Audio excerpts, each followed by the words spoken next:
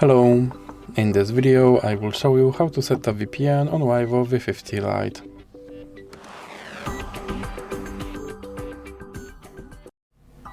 So you have to start by opening your Google Play Store, then click on search bar and type in Turbo VPN and click search. Then select this application and click install.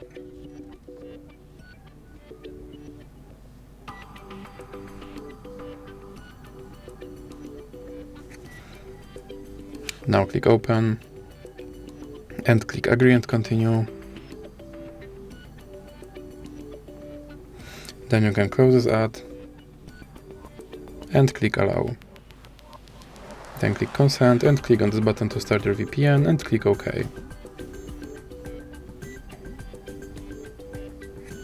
Now you can close this ad, and as you can see I'm connected to VPN in Canada.